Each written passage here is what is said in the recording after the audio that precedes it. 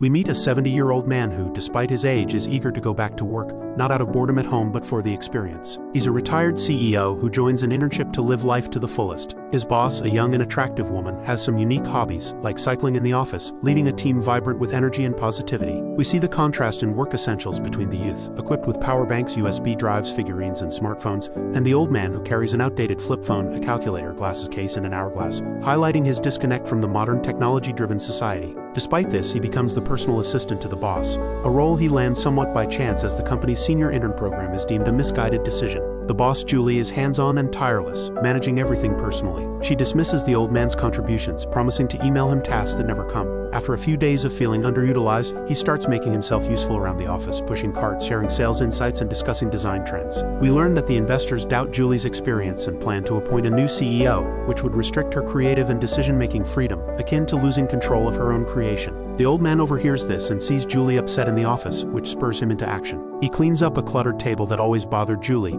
earning her gratitude when she discovers he was responsible. The old man seizes an opportunity to become Julie's driver after noticing her driver drinking on the job. This new role allows him to see the extent of Julie's dedication, as she multitasks relentlessly even during short drives to meet the new CEO, a meeting that clearly does not go well for her. He offers Julie a ride home, reminding her of her solo efforts in growing the company. Despite her success, Julie's husband has quit his job to support her and their child, leaving her wishing for some personal time. The next day, however, she transfers the old man to another department, perhaps overwhelmed by his insights. When Julie and the old man stay late at the office, engaging in a conversation beyond work for the first time, the office floor, once the old man's as a vice president and now leased by Julie's startup, holds memories for him, marking a poignant moment of reflection on the 40 years that have swiftly passed and the unique experience of returning to work there. Their conversation allows Julie to see a different side of the old man. After driving her home and ensuring she's comfortably asleep, he tactfully denies hearing any snoring from her, preserving her dignity. Julie, understanding the gesture, pretends to believe him. Julie reflects on her home, the place that brings her the most happiness after a busy day,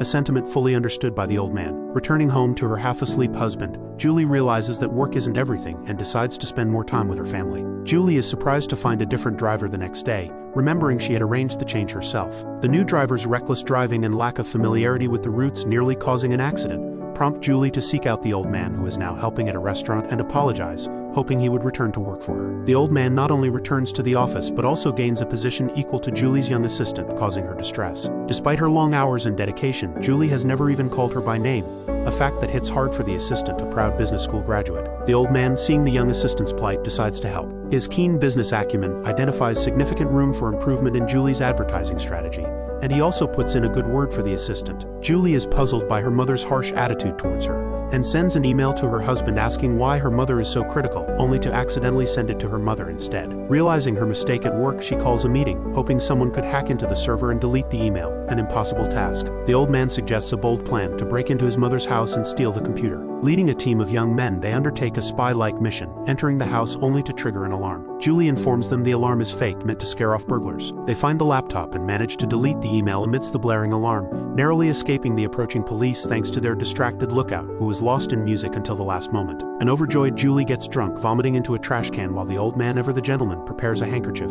a habit he's maintained for 4 years. Julie leans on the old man's shoulder, apologizing for the trouble. He reassures her, his comforting words reflecting his wise and gentlemanly nature, making her feel at ease after a stressful day. She then takes a rideshare home, ending an eventful day. While Julie's husband is unwell, the old man takes their daughter to the park. Upon returning, they witness Julie's husband getting into a car with another woman, leaving the old man with mixed feelings as he puts the sleeping child to bed without mentioning the incident to Julie's husband, who has also returned home. The old man realizes that Julie's marital issues are beyond his control. Returning to the office and seeing Julie busy at work, he forces a smile, unsure how to face her given the sensitive information he holds. It's clear that the old man is sensitive to emotional matters. Everyone notices something off about him, but no one knows the secret weighing on his heart. On a flight to San Francisco, he struggles to speak up about what he knows but decides against it, preferring to create happiness rather than bring pain. To the old man's surprise, Julie opens up about her husband's infidelity during their stay at the hotel. She had discovered suggestive texts on her husband's phone half a month earlier, but wasn't emotionally prepared to confront the issue. Julie reflects on how her success might have emasculated her husband. Angry yet unwilling to end her marriage, she ponders the sacrifices her husband made for her career before his own took a backseat. Her trip to meet the new CEO was a bid to bring some normalcy back to her life.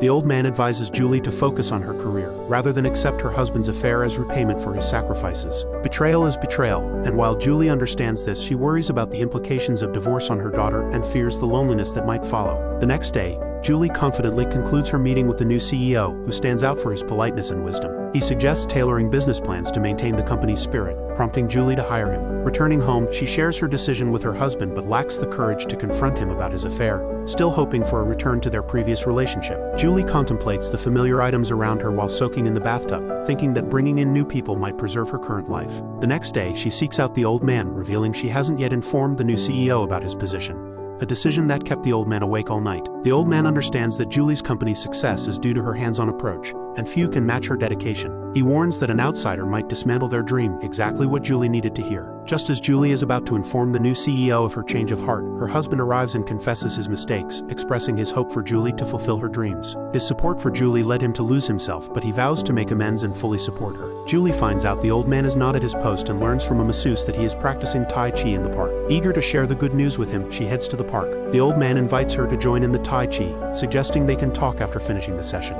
Thanks for watching. Make sure you subscribe and turn on notifications so you can watch more videos like this.